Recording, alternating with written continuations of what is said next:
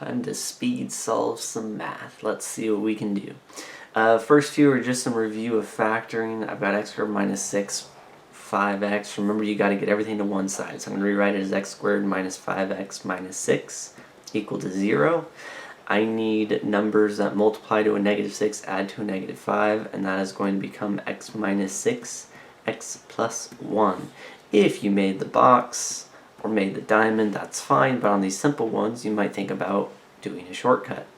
Same thing for number 2, x squared minus 10x plus 24. A little more challenging. I need to multiply to a 24, add to a negative 10.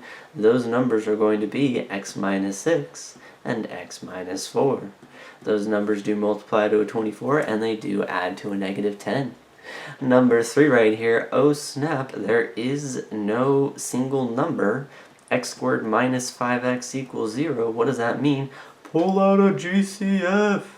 GCF, greatest common factor. Both these terms have an x involved. When I pull out that x, what am I left with? I'm left with x minus 5 equals 0, and that is done.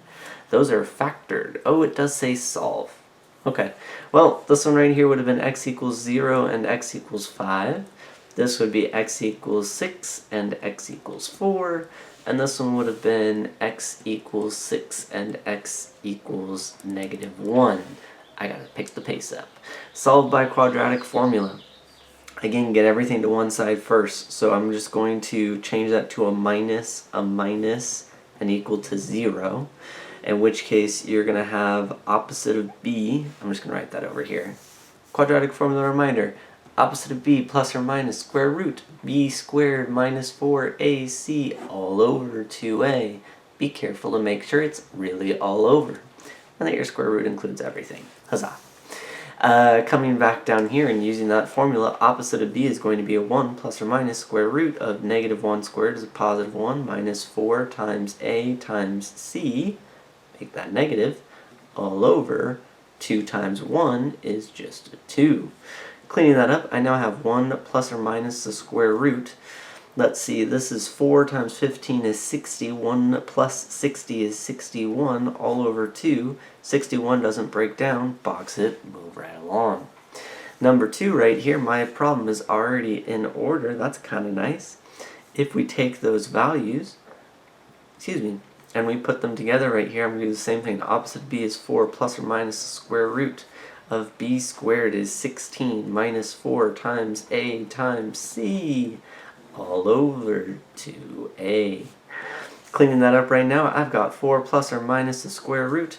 4 times 10 is 40, which means that's going to be a 56 all over 2. If we wanted to simplify this problem right on down, you might remember that the square root of 56 can be turned into a tree, in which case you've got 4 times 14, that 4 is a pair, buddies break out of jail, which means I can rewrite that root 56 as 4 plus or minus 2 root 14 all over 2. If we wanted to simplify that on down, we are looking at the numbers that are outside of the square root, because remember, only numbers outside of the square root combine, in which case those 2's can cancel, and I can rewrite my problem as 2 plus or minus the square root of 14, canceling the 2 at all 3 values in that triangle. Part 6 asks us to find the exact circumference of the circle. Remember that circumference is pi times diameter, or 2 pi times the radius, depending on how you want to look at it. I will zoom in a little bit. So, over here, guess what? We got a diameter of 10, so 10 pi. Done! Oh, Kitty found the camera. Sorry, girl. We're not on my desk. I know. Number 7. This could prove interesting. I might have to put her outside. We'll see. Calm down, girl. Number 7. Number 7, special right triangle, 60 degrees means that across from 30 is going to be 7, and then my diameter is going to be 14 because I've got 2 times that side. So now I've got a circumference of 14 pi. Number 8, same thing. Isosceles triangle, which means special right.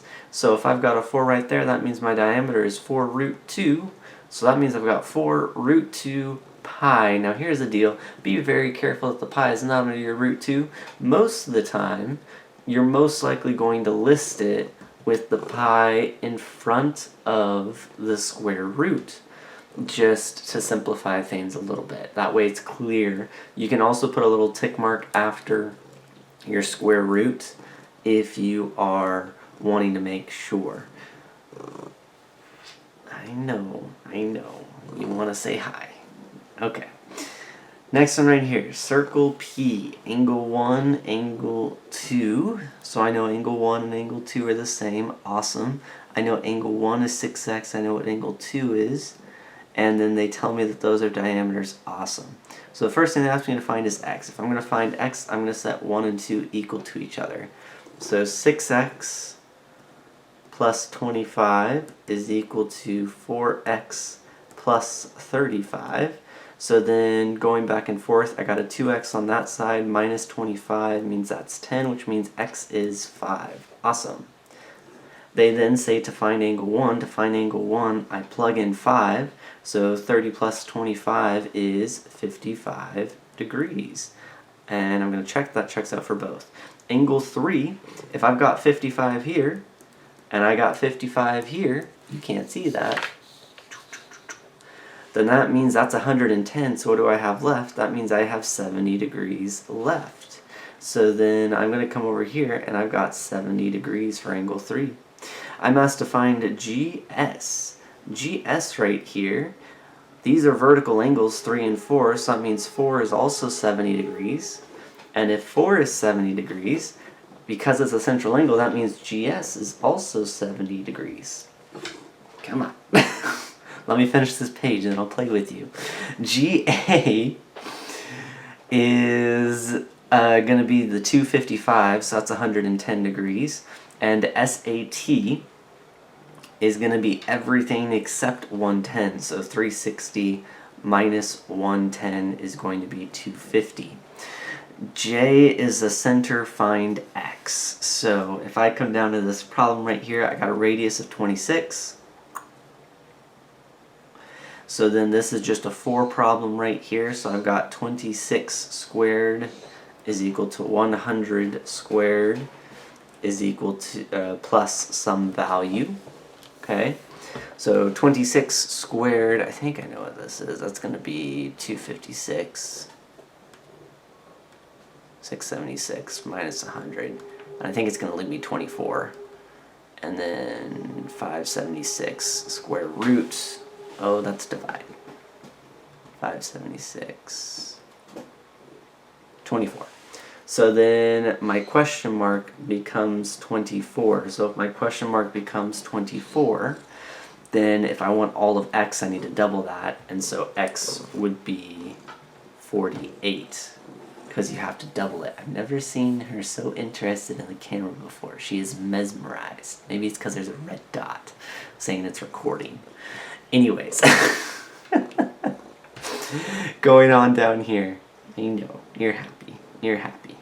Same thing. I got a 10. I got a 4 right here. So then that means that this is 6. So then, because I've got my radius, take away the 4, which means I got 6 left over. So again, if you use Pythagorean theorem, 10 squared is equal to 6 squared plus x squared. Solving that, you should get that x is 8. And then last one right here, I know my entire diameter is 20. Oh, that segment is 20. So that means that this piece right here is going to be 10, and my 20 is right there. So now I'm going to have 400 is equal to 100 plus x squared. So x is going to be equal to the square root of 300, which if you simplified that on down, you should get that x is equal to 10 root 3. I'm going to pause this into page 1 and page 2, just because I want to keep these videos under 10 minutes if I can.